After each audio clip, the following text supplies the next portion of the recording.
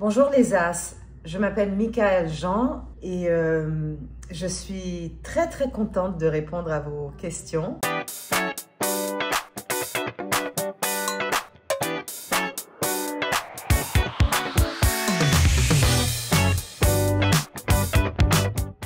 Cette semaine, pour répondre à vos questions sur le mois de l'histoire des Noirs, on a reçu Michaël Jean.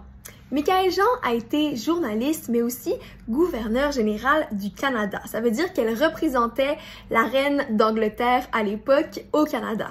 Née en Haïti, elle a dû fuir la dictature quand elle était enfant et elle est venue s'installer au Canada. Elle a donc répondu à 5 de vos questions. C'est parti! On commence avec Miss 2013.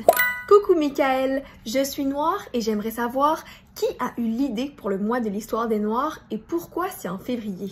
Bonjour Miss 2013. Alors c'est une excellente question que tu poses là. Le mois de l'histoire des Noirs a d'abord été une initiative portée par un éminent professeur d'une université américaine. C'était en 1926, donc on pourrait dire presque 100 ans aujourd'hui, où il émet cette idée, voilà, que la deuxième semaine du mois de février soit consacrée à l'histoire des Noirs. Pourquoi? Certainement parce qu'il trouvait qu'on ne parlait pas suffisamment de la place des Noirs dans l'histoire des États-Unis. L'idée a fait son chemin, mais il a fallu quand même 50 ans avant qu'en 1976, finalement, l'on décide de reconnaître, et pas seulement pendant 2 semaines, mais pendant 1 mois, et l'on proclame officiellement aux États-Unis le mois de février, mois de l'histoire des Noirs. Et puis plus tard, l'idée a fait son chemin aussi jusqu'au Canada. Moi, je ferai un petit commentaire là-dessus, tu seras peut-être d'accord. En fait, ce n'est pas que pendant 1 mois qu'on devrait parler de l'histoire des Noirs, mais tout le temps, au fait. Parce que nous sommes là, tout le temps, tous les jours, et parler des réalités que vivent les Noirs est important. Parler de notre place dans la société et aussi du contexte historique qui explique notre présence sur le continent des Amériques. On poursuit avec la question de Dalka. Salut Michaël, est-ce qu'il y a des choses que les personnes noires n'ont toujours pas le droit de faire comme les personnes blanches? Merci pour ta question. Je te dirais, il y a malheureusement beaucoup de choses auxquelles les personnes noires sont empêchées de participer. Et ça s'appelle l'exclusion. C'est ça, au fait, qui est tellement, je dirais, déplaisant avec le racisme, c'est que c'est une atteinte profonde de nos droits de pouvoir accéder à tout dans notre société. C'est-à-dire d'être là sur des conseils d'administration d'entreprise, dans les médias, dans certains corps de métier. Et le problème, c'est que en nous excluant, tu sais, en ne nous donnant pas la juste place qui nous revient, eh bien, la société tout entière se prive de ce que nous avons à offrir. Maintenant la question de J'adore la crème glacée. Salut Michaël, pourquoi les Noirs subissent du racisme, mais pas les Blancs?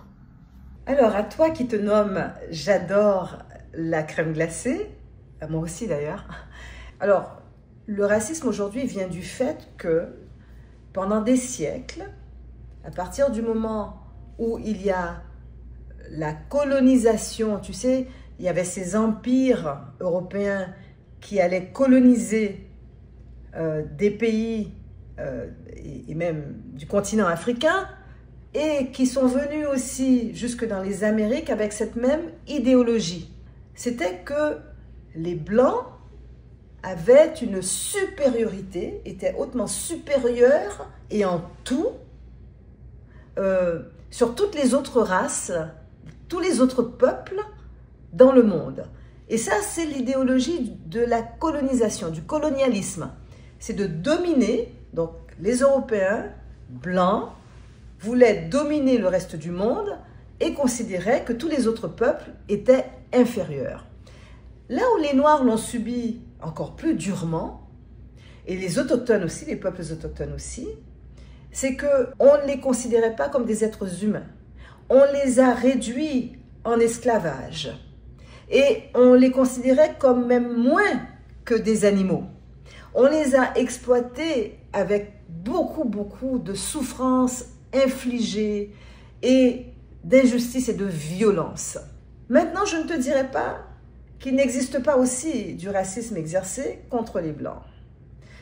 Ce qui se passe également, il arrive que, y compris des personnes noires, dans la colère et la frustration de cette violence raciste qui leur est infligée, parfois ont une attitude, si tu veux, de méfiance et n'apprécient pas nécessairement les Blancs.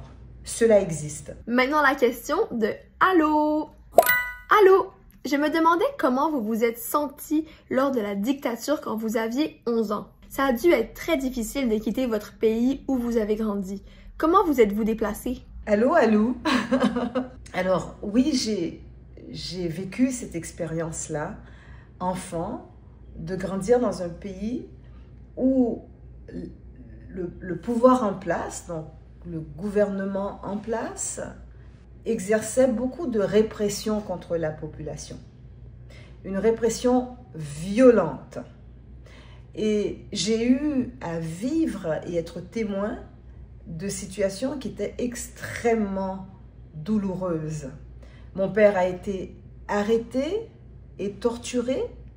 J'ai vu des familles complètes disparaître, tout simplement parce qu'ils étaient contre ce régime de totale injustice. Ça a été la terreur en Haïti. Nous avons dû quitter, malheureusement, mon pays natal, Haïti, et c'est toujours un choc de quitter le lieu d'où l'on vient, auquel on est attaché. J'ai grandi dans un pays que j'aimais, malgré, si tu veux, cette violence qui nous était faite, c'était quand même chez moi. C'était quand même chez moi, et ce chez moi me manque toujours. Et puis, fuir a été difficile. Il nous a fallu vraiment avoir des papiers, souvent des faux papiers, pour pouvoir quitter. C'est le sort des réfugiés le plus souvent. Ce n'est pas un crime, c'est une question de vie ou de mort. Donc oui, mes documents ne portaient pas nécessairement mon nom, ceux de mes parents non plus, mais c'était une question de vie ou de mort. Il fallait fuir, il fallait se mettre à l'abri.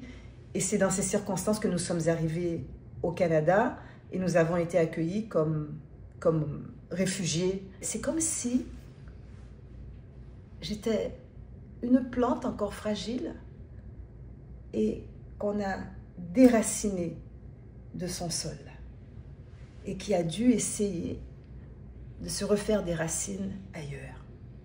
C'est ça, vous faites l'exil. C'est ça, être réfugié. Ça prend beaucoup de force pour se refaire des racines ailleurs. Et pour terminer, l'UAF.